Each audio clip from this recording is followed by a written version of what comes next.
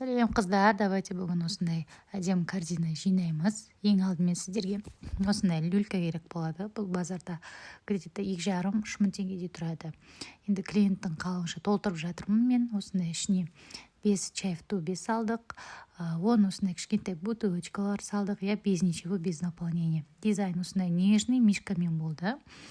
Одан кейін 5 казахстанский шоколад, осындай барлығы бір дизайнде. Потом осындай открытка, сладкая открытка дейміз. Ішінде шоколады бар, казахстанский және де домбырасы бар.